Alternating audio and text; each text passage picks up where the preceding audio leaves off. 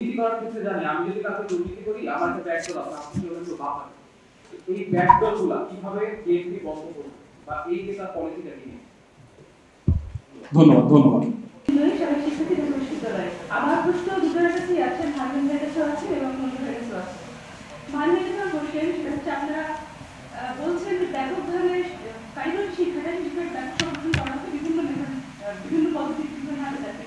বাংলাদেশে বর্তমানে কারিগরি শিক্ষা নিয়ে কাজ করে, সেক্ষেত্রে বিএনপি কোনো প্ল্যান আছে যেটা স্বতন্ত্রভাবে সেখানে কারিগরি শিক্ষা মন্ত্রণালয় এরকম কোনো একটা মন্ত্রণালয় স্থান করবে কিনা, এটা সামনে কাছে। আর মন্ত্রীর কাছে আমার বলছেন যে আপনাদের সাথে ডানপন্থী বা আপনারা বলছেন সেন্ট্রিক থেকে গ্রুপ করবে, সেখানে তৃণমূলের যে আপনাদের ভাবনা রাজনীতিতে আপনারা অংশগ্রহণ করে কোনোভাবে দেখবেন।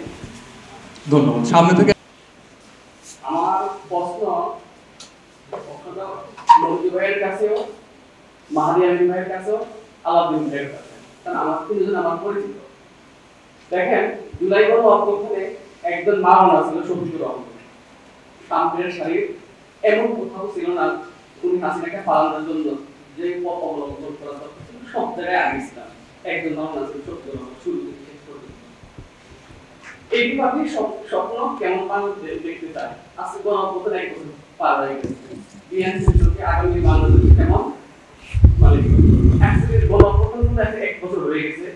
আমার প্রশ্ন হচ্ছে, গণ অভ্যুত্থানে অংশগ্রহণ করে আমি কোনো অপরাধ করি নাই, আমি অপরাধ করছি? খুনি হাসিনা এই দেশের বিগত 16 বছর বিএনপি জামাত সহকারে অন্যান্য দলদের মানুষদেরকে গ্রেফতার, জেল, জুলুম, একটু সময় দেন, একটু কথা বলার সময় দেন আমাকে। এত অত্যাচার করছে মানুষকে, জেল, জুলুম, গায়েবী মামলা হামলা দিয়ে মানুষকে মানে অতিষ্ঠ করে ফেলছে, যা জনগণ গণ অভ্যুত্থানের মাধ্যমে আমরা এই সত্যি ফলাইছি। এখন আমার প্রশ্ন হচ্ছে, আমি একটা মাদ্রাসা পরিচালক, আমি একটা প্রতিষ্ঠানের পরিচালক, আমি শফিকুর রহমান। যখন ওই সময় মানুষগুলা সেট করেছিল, আমি রাস্তায় ছিলাম, মাঠে ছিলাম, ময়দানে ছিলাম। আমি অবশ্যই আপনাকে দোষ দিব না, আমি এই পার্টিকে বলবো না, বিএনপি বলবো না, আলাউদ্দিন ভাইয়ের রাজনীতিকে বলবো না যে আপনি আমাকে 5 লাখ টাকা আমার প্রতিষ্ঠান চালু করে দেন, বলবো না, কারণ এটা আপনার দায়িত্ব না। কিন্তু আমার রক্তের উপরে আমি তো আমার তারিখে পায়ে তুলি গেছি, রাবার করে সরাসরি আমার রক্ত ধরছে। আজকে 1 বছর হয়ে গেছে আমার প্রতিষ্ঠান আমি শুরু করতে পারি নাই।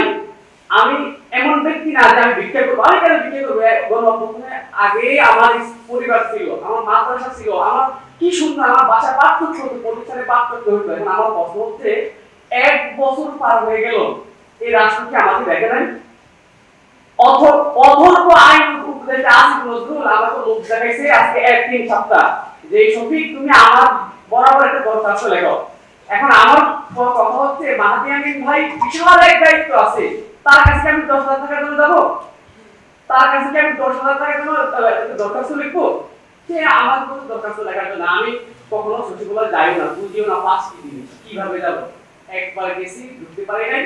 এই সপ্তাহে বলতে দরখাস্ত লেখার জন্য 1 মাস পরে দরখাস্ত লিখে দিয়েছি, এটা রিজেক্ট করে গেছি। বলতে কি আমি তোমাকে সর্ব 10 থেকে 20,000 টাকা দিব। 20,000 টাকার কথা আমি আপনার জন্য কি করব? এখন আমি যেটা বলার জন্য দাঁড়াইছি, আপনাদের প্রশ্ন যে বিএনপির চোখে আগামী বাংলাদেশ, এবি পার্টির চোখে আগামী বাংলাদেশ, আপনারা কি ক্ষমতায় কি এরকম আমার মতো শক্তি, আমার মতো এখনো হাজারো শক্তি কাছে পড়তে হারে অনেক শক্তি এখনো মানে কষ্ট করতে অনেক কষ্ট। আপনারা যখন ক্ষমতায় আসবেন তখন কি আপনারা কি আমার মতো শক্তি ভুলে যাবেন? কিভাবে খুঁজে পাইছেন? কিভাবে? এই ভাই আমি মুক্ত, এই ভাই আমি মুক্ত, আমি বলছি আমি শফিক, বেলাকে সাথে আমি সেই শফিক, সারা বাংলাদেশ আমাকে চিনে, আমি সেই শফিক। 3 তারিখে আমি ঘোষণা দিয়েছি, তখন সমন্বয়কদেরকে গ্রেফতার করা হয়েছে, গুম করে করা হয়েছে, আমি ঘোষণা দিয়েছি রাস্তায় যাবো, রাস্তায় নামতে হবে, তখন কোনো মারবা কোনো আরে কোনো আজকে তারা সুবিধা ভোগ করতেছে, কেউ ঘোষণা দেয় নাই।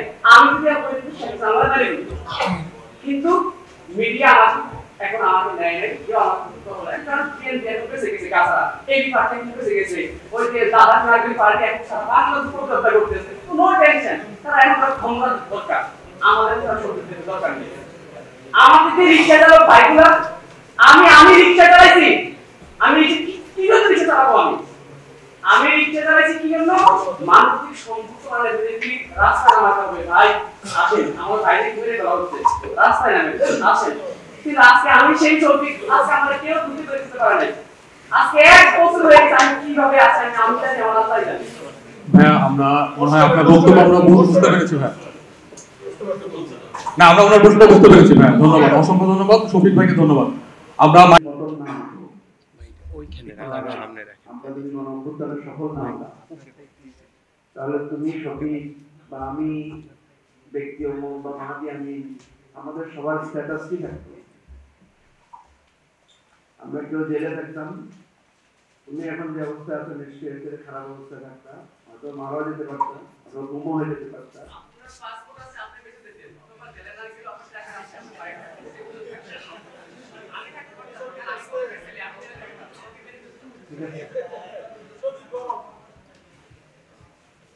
আমরা তো জেলেই ছিলাম আমরা বেরোতে পারতাম না ঠিক আছে হয়তো তুমি এসে জেলে ঢুকতে আমাদের সাথে আমি যখন প্রফেসর ইউনুস যেদিন শপথ নিচ্ছেন তো প্রফেসর ইউনুসকে বলেছি যে স্যার গতকালকে ছিলাম জেলখানায় আজকে বঙ্গভবনে আপনার শপথ নিয়ে এসেছি উনি বললেন যে যদি হাসিনার পতন না হতো আমিও তোমাদের সাথে কিছুদিন পরে এসে জেলে ঢুকতাম ঠিক আছে আমাদেরকে বুঝতে হবে আমরা কোন স্ট্যাটাসে ছিলাম এখন কোন স্ট্যাটাসে আছি সেজন্য আমি বলেছি গণ অভ্যুত্থানে খুব বেশি চাওয়ার পাওয়ার প্রত্যাশা নাই হাসিনা গেছে এটা আমাদের একটা সবচেয়ে বড় পাওনা আমরা পেয়েছি দুই নম্বর হচ্ছে এখন আমাদের মধ্যে কেন এই বিভেদটা হচ্ছে আমরা কে কত অবদান রেখেছি একটা জিনিস মনে রাখতে হবে এই গণ অভ্যুত্থানে আমরা এখনো জানি না কে কি অবদান রেখেছে কারণ অবদান নিয়ে কেউ ক্লেম করতে আসে নাই আমাদের কাছে আমরা যারা ক্লেম করছি আমরা যারা সার্ভিসে এসে আজকে নিজেদেরকে অনেক জুলাই যোদ্ধা দাবি করছি হ্যাঁ আমরা অনেক অ্যাপ্রিসিয়েশন পাচ্ছি 1400 ভাই বোনকে আমরা হারিয়েছি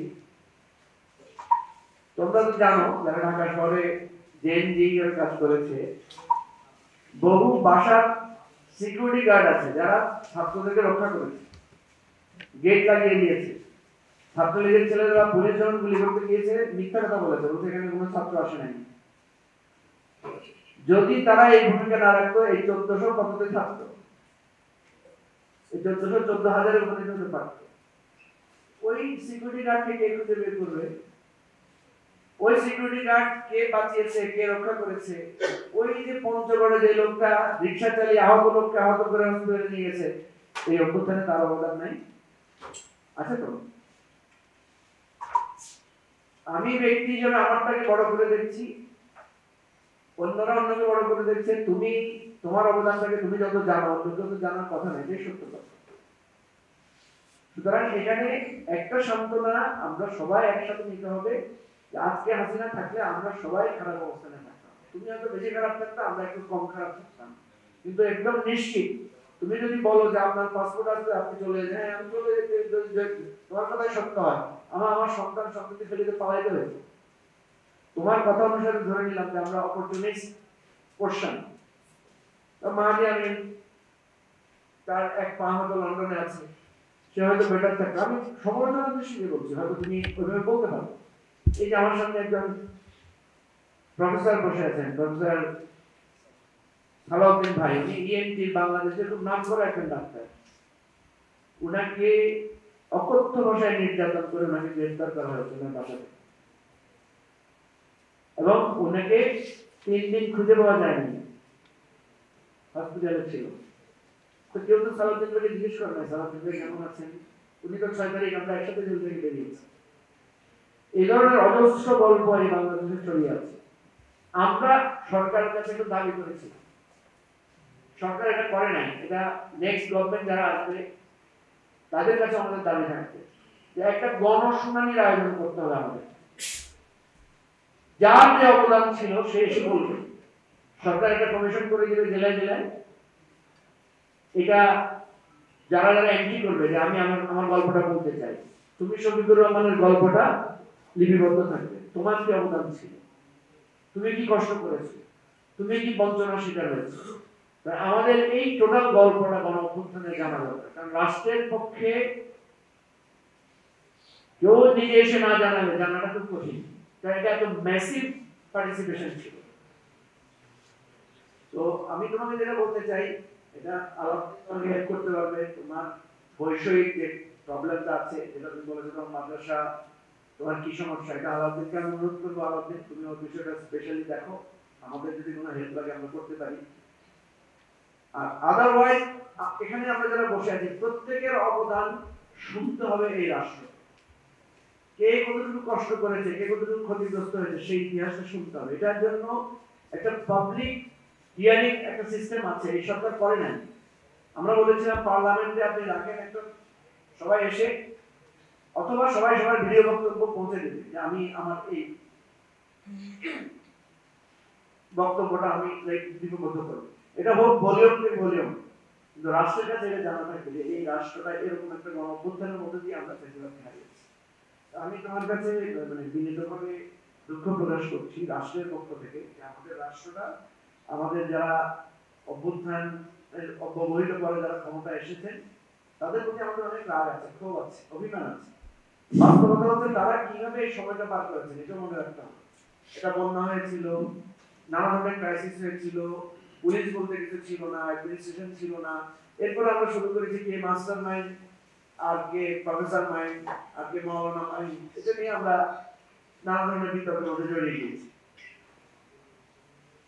দ্বিতীয় আমার কোন প্রশ্ন করেছে সেন্ট্রিস্ট দল হিসেবে ফিমেলদের পার্টিসিপেশনটাকে আমরা কিভাবে দেখি, এই পার্টিকে পার্টিকুলারলি সে জানতে চাইছি। আমরা যেহেতু নতুন রাজনৈতিক দল, আমরা একটা জিনিস চিন্তা করেছি যে আমাদের দেশের নারীরা রাজনীতিতে অংশগ্রহণ করে খুব কম। আপনারা জানেন যে মানে নির্বাচন কমিশনের পক্ষ থেকে একটা কথা বলা আছে যে রাজনৈতিক দলগুলো 33% ফিমেল উইমেন লিডারশিপকে ইনক্লুড করতে হবে, কিন্তু কোনো রাজনৈতিক দলই আমরা এটাতে সফল হইনি। গতকাল থেকে গত এক সপ্তাহ আমরা বিতর্ক করছি নারীদেরকে আমরা 100 আসনে মানে সরাসরি নির্বাচনের ব্যবস্থা করতে চাই, কিন্তু কোনোভাবে আমরা এটাতে কনভিন্স হতে পারছি না কোন প্রসেসের মধ্যে দিয়ে আমরা করব। এর কারণ হচ্ছে পুরো আলোচনায় আমরা দেখলাম আমরা যারা উপস্থিত আছি ওখানে মাত্র একজন নারী, আমরা প্রায় 65 জনের মতো সেখানে হাউসে ছিলাম। সো আমাদের এখানে তোমরা দেখতে পাচ্ছ এনসিপির যে বোনেরা বা যে মেয়েরা কাজ করছে তাদেরকে কিন্তু নানা ধরনের বুলিংয়ের শিকার হতে হচ্ছে।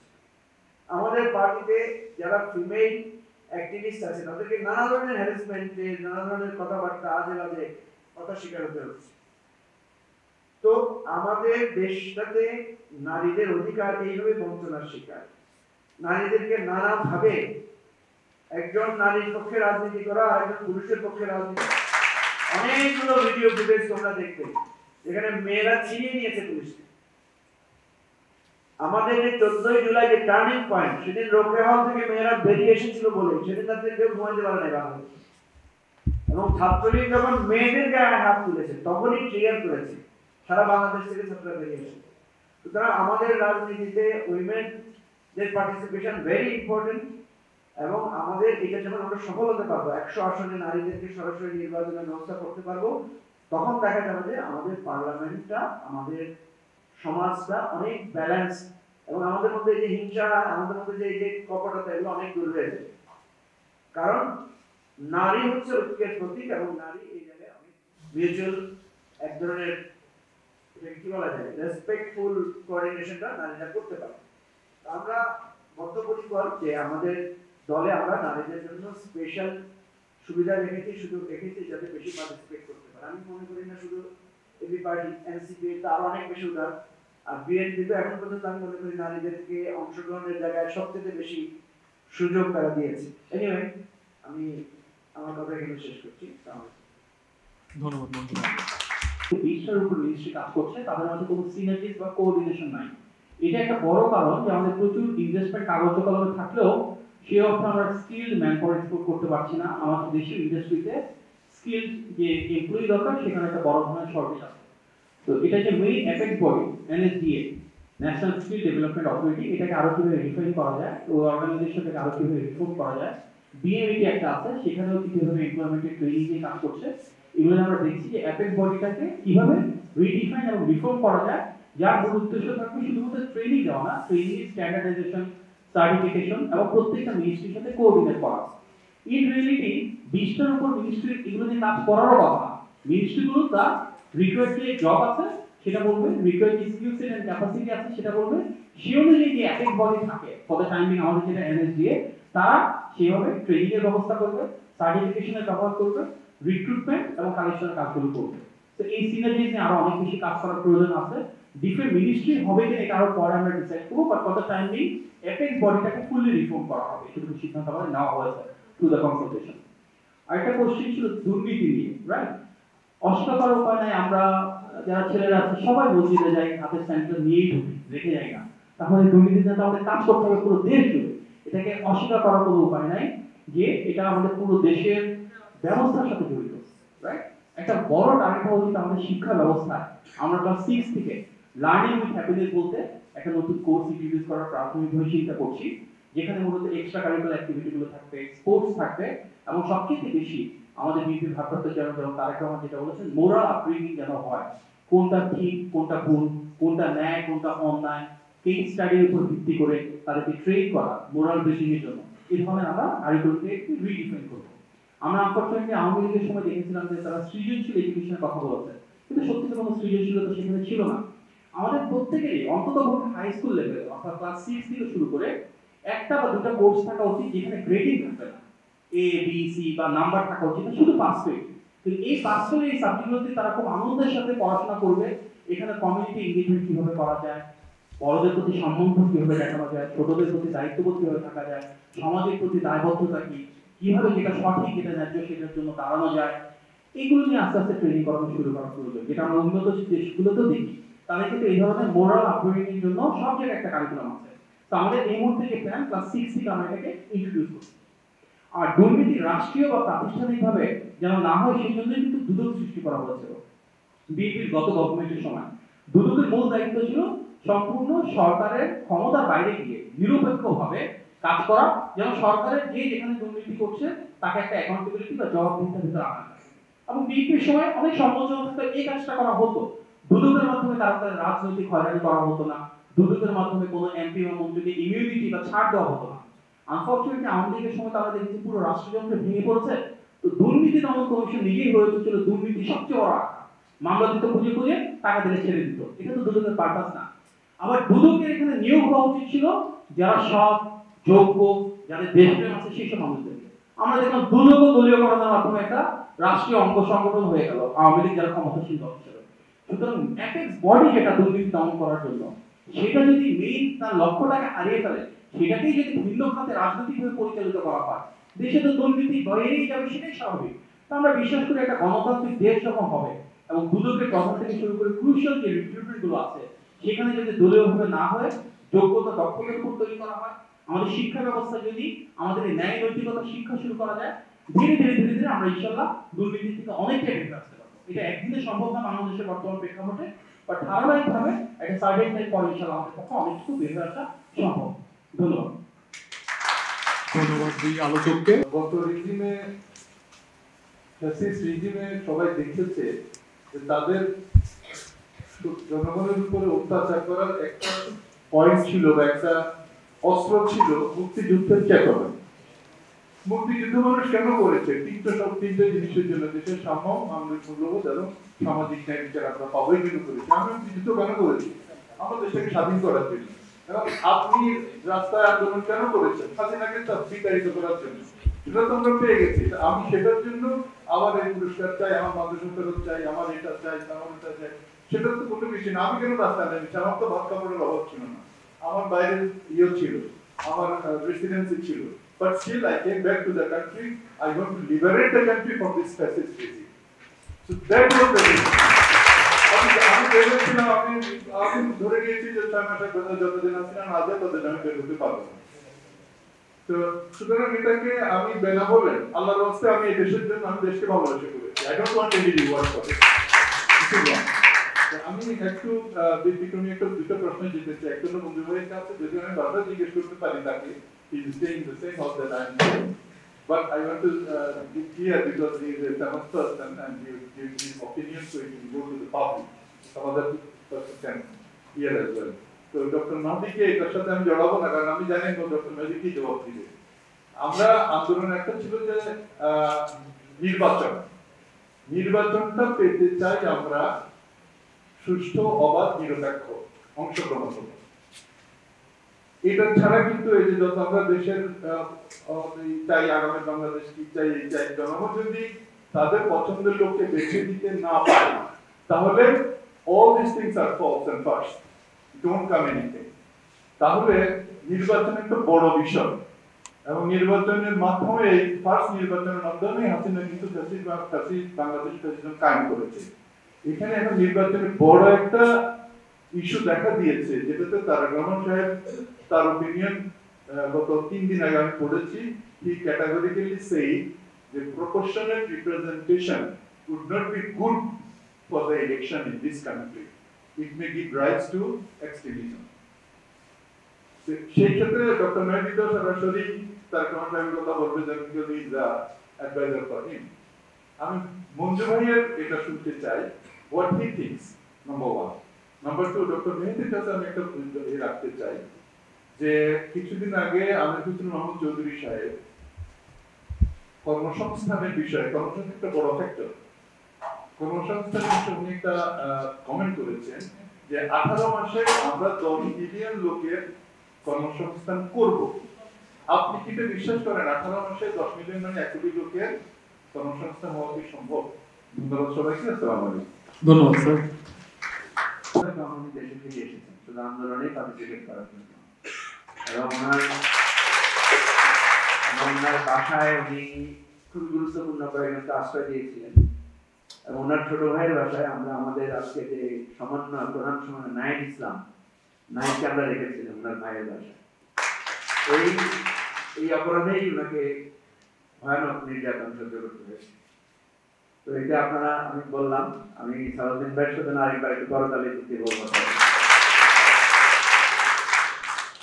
আমাদের ডেমোক্রেটিক প্রসেসের মধ্যে নির্বাচনের নানা রকমের পদ্ধতি আছে, আপনারা সবাই জানেন। যেমন একটা প্রেসিডেন্সিয়াল ফর্ম আমরা জানি, এটা একটা ফর্মে গভর্নমেন্ট হয়। তারপরে ওয়েস্টমিনিস্টার ফর্ম যেটা আমরা বলি, যেমন আমাদের যে পার্লামেন্টারি সিস্টেম সেটা এক ধরনের হয়।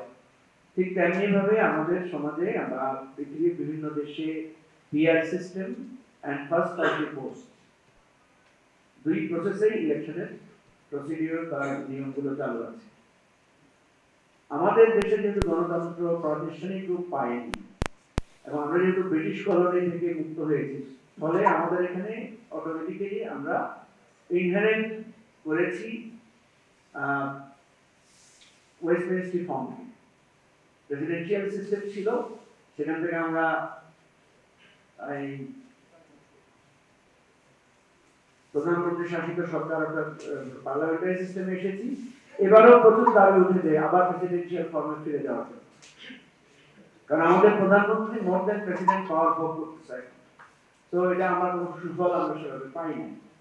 এখন আসেন যেটা সালাউদ্দিন ভাই রেজ করেছেন, এবং ডেফিনেটলি আমরা যেহেতু পিআর এর পক্ষে, মাহাদি যেহেতু পিআর এর পক্ষে না, তো অ্যাপারেন্টলি মনে হতে পারে আমাদের একটা বিতর্ক বা বিতর্কিত অবস্থান। বাট আমি কালকে আমাদের ঐক্যমত্য কমিশনে বলেছি যে মাননীয় ঐক্যমত্য কমিশন আমাদের একটা ফিক্সড পজিশন আছে। সেই ফিক্সড পজিশন হচ্ছে আমরা ফ্লেক্সিবল। আমরা মনে করি কেউ যদি, আমি যদি আমার মতের উপরে স্থির থাকি, মাহাদি যদি মাহাদির মতের উপরে স্থির থাকে, তাহলে আমরা আসলে ঐক্যমত্যে পৌঁছাতে পারবো। ঐক্যমত্যে পৌঁছাতে হলে আমাকে কিছু ছাড় দিতে হবে, মাহাদিকে কিছু ছাড় দিতে হবে, দেন আমরা একটা জায়গায় পৌঁছাতে পারবো। আমরা মনে করেছি যে ফার্স্ট পাস্ট দি পোস্টের যে প্রসেস, এটা বাংলাদেশে ফেল করেছে। কেন ফেল করেছে দেখেন, যে আমাদের ফার্স্ট পাস্ট দি পোস্টের নীতি হচ্ছে আমি আর আলাউদ্দিন বা উনি যদি ইলেকশন করি, তাহলে আমি যদি ওনাকে 2 ভোটও বেশি পাই, তাহলে আমি কি হয়ে যাব, আমি নির্বাচিত হবো, আমি ফেল করব। ফলে এখানে কম্পিটিশনটা হয়েছে ছলে বলে কৌশলে, যেভাবে হোক আমি যাতে ওনাকে জিততে পারি। ফলে কনস্টিটিউয়েন্সি বেসড একটা আনহলি কম্পিটিশন এখানে তৈরি হয়েছে। কেন্দ্র দখল করে হোক, ব্লকের দ্বারা হোক, যেভাবে হোক কনস্টিটিউয়েন্সি জিততে পারলেই আমি জিতে গেলাম। ফলে এখানে যেটা দাঁড়াচ্ছে 40% ভোট পেয়েও বেশিরভাগ ক্ষেত্রে আমাদের এখানে সরকার গঠন করেছে। বাট আমরা যেটা দেখি 40% বেশি না 60% বেশি, 60% বেশি। ফলে যেই সরকারটা এককভাবে সরকার গঠন করছে সে কিন্তু অধিকাংশ মানুষের আবার বিরোধীর সম্মুখীন হচ্ছে। ফলে ডেমোক্রেটিক প্রসেস এখানে থমকে যাচ্ছে। ধরে নিলাম বিএনপি বা আওয়ামী লীগ খুব নৈতিকভাবে সুন্দরভাবে ইলেকশন করে জিতেছে, যেমন আমাদের 91 ইলেকশন আমরা বলি যে বেস্ট ইলেকশন, কিন্তু দেখা গেল যে আউট অফ দি পার্লামেন্ট ওই 60% আবার ইউনাইটেড হয়ে গেছে। তারপরে বিদেশে আমরা কত জনশক্তি রপ্তানি করছি এবং এন্টারপ্রেনারশিপ বা আমরা উদ্যোক্তা হিসেবে কত লোককে তৈরি করছি। তো জব ক্রিয়েশনের 4টা ধাপ আমি আবারও বলছি, পাবলিক সেক্টর, প্রাইভেট সেক্টর, বিদেশে পাঠানো আর উদ্যোক্তা হিসেবে গড়ে তোলা। এই 4টা খাতের মিক্স হিসাবে আমাদের ডিফারেন্ট সেক্টরে দেখতে হবে। ওই যে এসএমই তে আমরা কত লোক তৈরি করতে পারি, কনস্ট্রাকশন বা রিয়েল এস্টেটে আমরা কতগুলো লোক তৈরি করতে পারি, আমরা গার্মেন্টস এবং টেক্সটাইলের এমপ্লয়মেন্ট কিভাবে বাড়াতে পারি, ফ্রিল্যান্সিং আউটসোর্সিং এ কিভাবে বাড়াতে পারি। সবকিছু এক করেই তো একটা পলিসি, টোটাল হলিস্টিক পলিসি আসবে। বাট এই জেনারেল আমাদের একটা চিন্তাধারা আছে, যে কোনো লোন স্যাংশনের ক্ষেত্রে আমাদের যেমন ইকোনমিক প্যারামিটার থাকে, সেখানে কিন্তু সত্যিকার অর্থে এমপ্লয়মেন্টটা ভাবে প্রাধান্য দেওয়া হয় না ব্যাংকিং সেক্টরে। এটা খুব বেশি আরওআই বা রিটার্ন ওরিয়েন্টেড, অর্থাৎ টাকা পয়সার হিসাব নিকাশে কিন্তু লোন সেকশনের সবচেয়ে প্রমিনেন্ট বেঞ্চমার্ক, এবং সেটা আমরা সবাই জানি কাগজে থাকে, প্র্যাকটিক্যালি থাকে না। আমরা যদি একটা সিস্টেম তৈরি করতে পারি বাংলাদেশে, ইনশাআল্লাহ যে আমাদের যে কোনো লোন স্যাংশনের ক্ষেত্রে একটা বড় ধরনের প্যারামিটার হবে এমপ্লয়মেন্ট জেনারেশন, কে কতগুলো তৈরি করতে পারছে। একজন মানুষ গার্মেন্টস সেক্টরে যদি জবের অ্যাপ্লিকেশন করছেন, লোনের অ্যাপ্লিকেশন করছেন, উনি কতগুলো কর্মসংস্থান তৈরি করতে পারছেন। একজন সার্ভিসের ক্ষেত্রে হতে পারে, একটা ছোট্ট এসএমইর জন্য লোনের প্রয়োজন হতে পারে 50 ডিস্টার্ব দিচ্ছে হতে পারে যে আরেকটা মাইক দাও। হ্যালো, সো আমাদের ইকোনমিক যে অ্যাক্টিভিটি আছে তার প্রত্যেকটা ক্ষেত্রে যদি আমরা চিন্তা করি যে আমাদের লোন স্যাংশন করা, ব্যাংকের ফ্যাসিলিটি পাওয়া, এই প্রত্যেকটা ক্ষেত্রে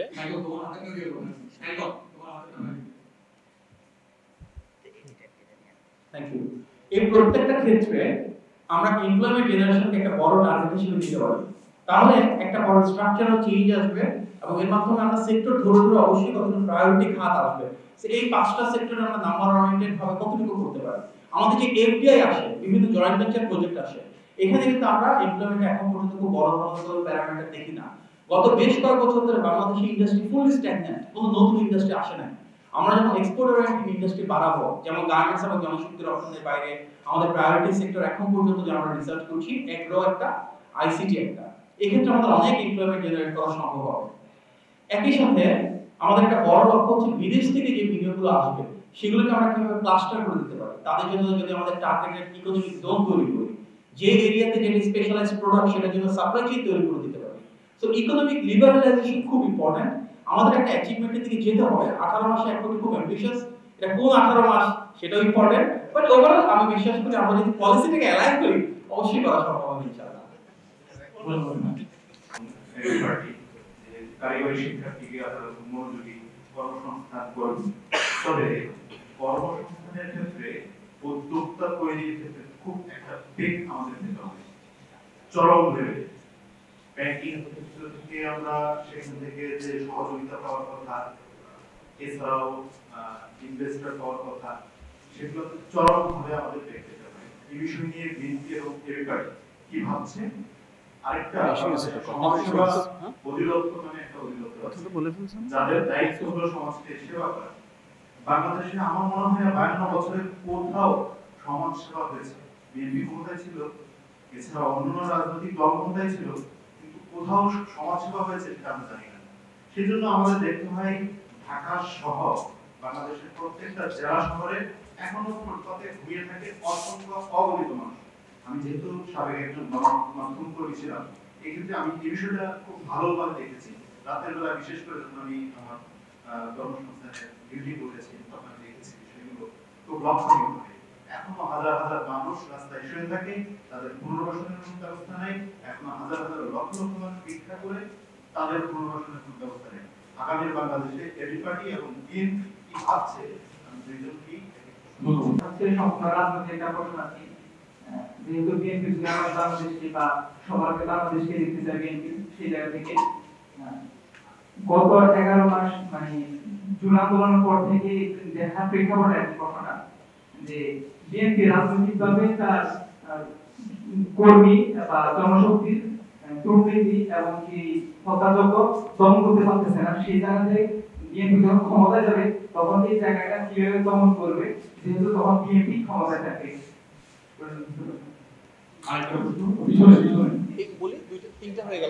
বিশেষ করে কোম্পানির আউট করে যখন বিএনপি ক্ষমতায় ছিল তখন দেখি যে কোম্পানি অনেক সংস্কার হয়েছে। বাংলাদেশের প্রধান যে আইনগুলো কোম্পানি অ্যাক্ট বা ব্যাংক কোম্পানি অ্যাক্ট বা অর্থনৈতিক আদালত আইন সব কিন্তু বিএনপি আমলে প্রণীত হয়েছে। এই বিষয়ে আপনাদের এখন কোন চিন্তা ভাবনা আছে কিনা? আমার লাস্ট একটা কোয়েশ্চেন, বেসিক রাইট আমাদের অনেক মানুষের জীবনযাত্রার মান বেসিক রাইট অনেক দিচ্ছে। সেক্ষেত্রে আমাদের 2025 সালে যখন আমরা গ্লোবালি রিচ করবো, কিন্তু আমাদের জনগোষ্ঠী এত জীবনযাত্রার মানে নিচে অবস্থান করছি, তো সেক্ষেত্রে প্রতি আমার মানে যে অর্থনৈতিক বা সামাজিক অবস্থার উন্নতির জন্য তাদের কোনো স্পেসিফিক পদক্ষেপ আছে কিনা। আর দ্বিতীয় প্রশ্নটা হচ্ছে আমার মাঝে আমাদের কাছে যে জুলাই সনদ বাস্তবায়নে এখন যেহেতু অনেক স্টুডেন্টরা কিছুটা অ্যাওয়ার্ড, তো সেক্ষেত্রে জুলাই সনদ বাস্তবায়নে কি চ্যালেঞ্জ তিনি মনে করছেন এবং সেক্ষেত্রে চ্যালেঞ্জ মোকাবেলা করে কি পদক্ষেপ বাস্তবায়ন করতে পারে এবং তাদের পদক্ষেপ কিভাবে শুধু ইয়ারাই না কিশোর বয়োজ্যেষ্ঠ যারা সবারই ভবিষ্যৎ বা সুন্দর জীবনযাপন আমরা এই তার কাছ থেকে আমরা রুরাল ডেভেলপমেন্টের ক্ষেত্রে লোকাল কানেক্টিভিটির কথা শুনলাম, চমৎকার, কিন্তু তাদের লোকাল পলিটিক্স দেখানো হবে।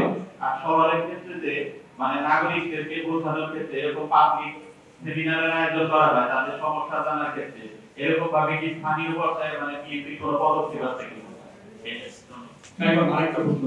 আমাদের আসলে বাংলাদেশের সামগ্রিক রাষ্ট্র কাঠামো বা সামগ্রিক রাজনীতিতে ছাত্র রাজনীতির একটা বিরাট প্রভাব সবসময় ছিল। আমরা যদি গত গণ-অভ্যুত্থানটাও দেখি, সেখানে হচ্ছে যারা সামনের সারিতে সমন্বয় ছিল এদের অধিকাংশই ছাত্র শক্তি নামক একটা সংগঠন থেকে আসছে। এবং আমরা যদি এই গণ-অভ্যুত্থানের আইকনিক ভিডিওগুলো দেখি তাহলে দেখবো যে ছাত্র দলের একটা ব্যাপক অংশগ্রহণ এখানে ছিল, শিবিরের ছিল বা বাম সংগঠনেরও ছিল। কিন্তু অভ্যুত্থানের পরপর আমরা খেয়াল করলাম যে বিভিন্ন ক্যাম্পাসে ছাত্র রাজনীতির বিরুদ্ধে এক ধরনের বিষয় ক্রিয়েট করা হলো এবং অনেক জায়গাতে ছাত্র রাজনীতি নিষিদ্ধের সিদ্ধান্তটা আসলো ওই সিন্ডিকেট থেকে যারা গত 1.5 যুগে আওয়ামী লীগের সন্ত্রাসের এক ধরনের প্রত্যক্ষ সহযোগী ছিলেন। সেই সিন্ডিকেটগুলো থেকে এই সিদ্ধান্তগুলো আসছে। এখন আমার এখানে দুইটা প্রশ্ন। প্রথমত হচ্ছে যে এই যে ছাত্র রাজনীতি নিষিদ্ধের যে বয়ান, এই বিষয়গুলো যারা সামনে টেনে আছে, অনেক সময় আমরা তাদেরকে প্রথমে দেখছি সাধারণ শিক্ষার্থী হিসেবে, কিন্তু পরবর্তীতে প্রমাণ পাওয়া যাচ্ছে যে তারা আসলে সাধারণ শিক্ষার্থী না, তারা অসাধারণ শিক্ষার্থী।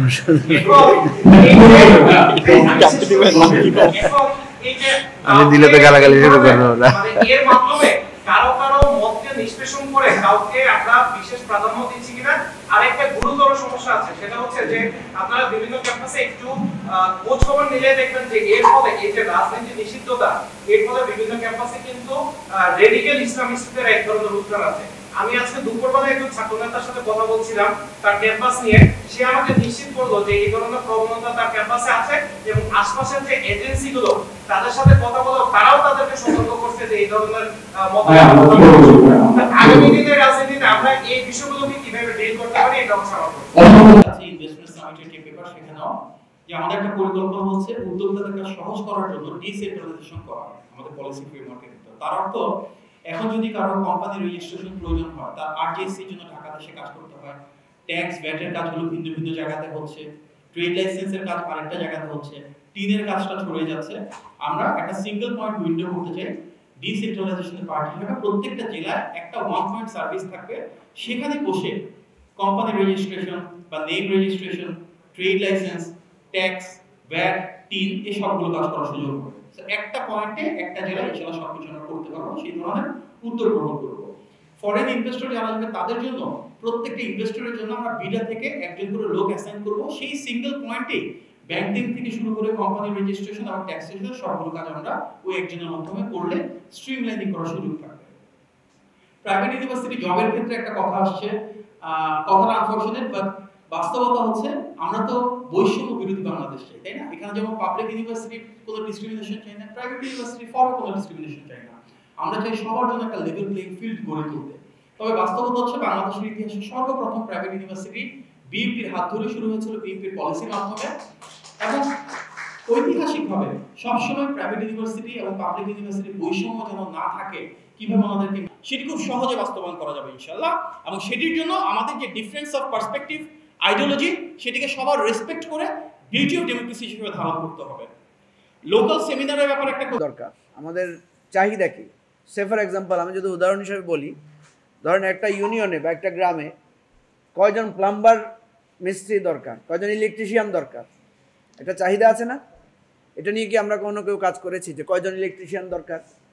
ফলে আপনি দেখবেন গ্রামে কারো ফ্যান নষ্ট হয়েছে বা ফ্রিজ নষ্ট হয়েছে, এক সপ্তাহ ধরে সে পাচ্ছে না, কারণ যাকে ফোন করতেছে সে বলতেছে বা আমার অনেক কাজ, আমার হাতে 10টা কাজ বসে আছে। শহরেও সেম। এবং কয়জন ডাক্তার দরকার, কয়জন এই ধরনের মানে পেশাভিত্তিক লোক দরকার, সেটা নাই। তাহলে আমাদের এখানে দুটো ইমব্যালেন্স আছে, একটা হচ্ছে প্রচুর বেকার রাস্তায় ঘুরতেছে, আবার আপনি যখন একটা লোক খুঁজতেছেন খুঁজে পাচ্ছেন না। আমরা বহু লোক আমাদের কাছে আসে, বলে যে ভাই আমি ওয়েব পেজ ডেভেলপ করি, আমি ওয়েবসাইট করে দিবে, খুব ভালো হবে। কাজ করতে গেলে দেখি যে সে আসলে ওয়েবসাইট ভালো করে পারেই না, খুবই প্রাথমিক কাজ পারে। ঠিক আছে, ইভেন একটা ভালো অপারেটর খুঁজে পাওয়া যায় না, যে কম্পিউটার অপারেটর। আমাদের কাছে অনেকে এসে চাকরি খোঁজে, জিজ্ঞেস করে তুমি কি পারো, সে বেসিক্যালি কিছুই পারে না। মানে আপনাকে সে বলতে পারবে না যে আমি এইটা, আপনাকে তো জব খুঁজতে হবে পার্টিকুলার পয়েন্টে, তাই না? অনেকে এসে বলে যে ভাই আমাকে একটা চাকরি দেন। কি চাকরি করতে চাও তুমি? যে কোনো জায়গায় দেন। হ্যাঁ, তো অল স্কোয়ার, মানে যে কোনো কিছু সে পারবে। তাকে জিজ্ঞেস করেন চা বানাইতে পারো, চা বানাইতে পারো না। চা বানানো তো একটা স্কিল, কি বলেন, তাই না? আমি ভালো বানাইতে পারবো না, একদম নিশ্চিত মাহাদি ভালো বানাইতে পারবে, কারণ লন্ডনে ছিল, তাকে নিজের চা নিজে বানায় খাইতে হয়েছে। ঠিক আছে, আমাদেরকে বেশি খাইতে হয় নাই, ফলে আমরা এই জায়গায় দুর্বল থাকবো। আমি বোঝাতে চাচ্ছি আমাদের এই জায়গাটা নিয়ে আমরা কেউ কাজ করি নাই। বাট মাহাদির বক্তব্য আমি খুবই ইমপ্রেসড, আগেও আমি খুব ইমপ্রেসড ছিলাম, কারণ এই সমস্ত বিষয় অনর্গলভাবে সে কথা বলেছে, কারণ এগুলো নিয়ে তারা ওয়ার্ক করেছে। এই জায়গায় আমাদের যথেষ্ট মিল আছে। আমরা মনে করি বাংলাদেশের এই যে 18 কোটি মানুষ, 36 কোটি হাত, এটাকে যদি আমরা কাজের হাতে পরিণত করতে পারি, বিশ্বাস করেন বাংলাদেশের আর কোনো সলিউশন দরকার নেই।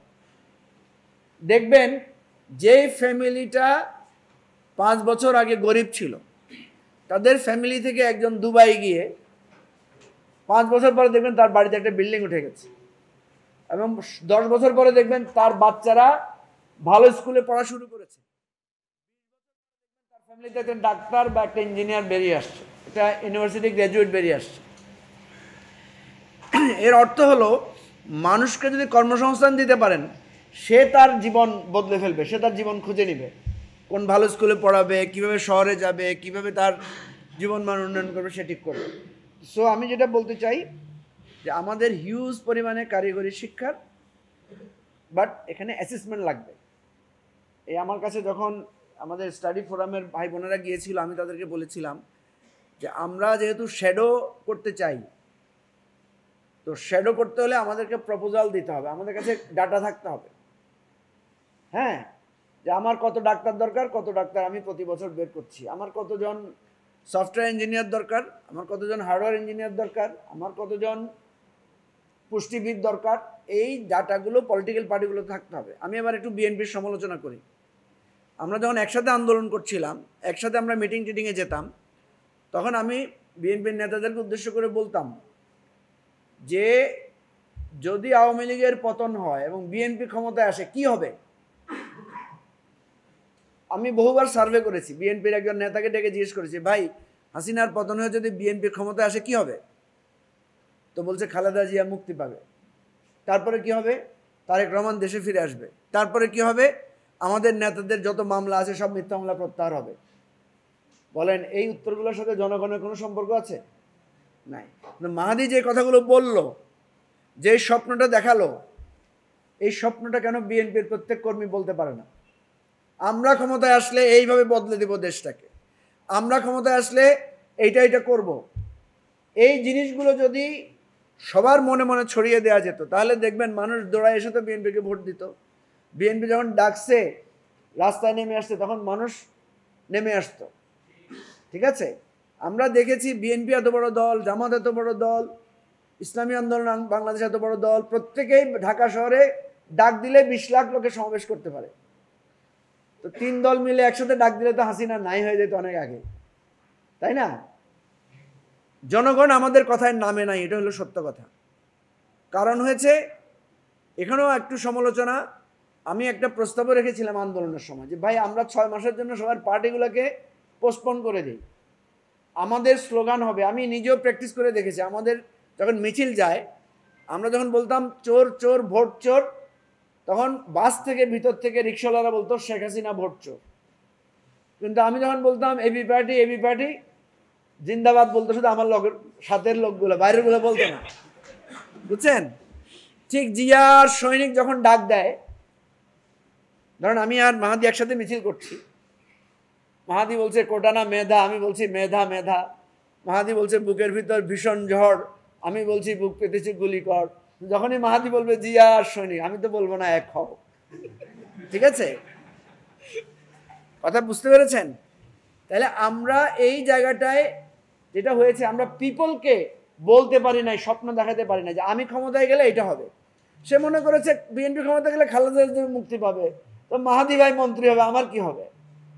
সে এটাকে ইনভলভ করে নাই। সে যদি বলতো বিএনপির ক্ষমতা আসলে ওই যে যেটা শফিক বলছে যে ওর একটা মাদ্রাসা আবার নতুন করে প্রতিষ্ঠিত হবে, ঠিক আছে, মাহাদি কিন্তু জীবনে দিয়ে ফেলতো, এটা যদি আগে জানতো। এখন সে জীবনটা এখন অক্ষত রাখছে, দিয়ে দেয় নাই। ঠিক আছে, আমি একটু ফান করলাম আর কি। এনিওয়ে, তো যেটা কই অ্যাডভোকেট কই নাই, চলে গেছে। আমি যেটা বলেছি বিপ্লব হবে, কেন বলেছি যে দেখো জেনজিদেরকে আমরা কিন্তু এখন ফ্লোরে দেখতে পাচ্ছি না, যারা ওই যে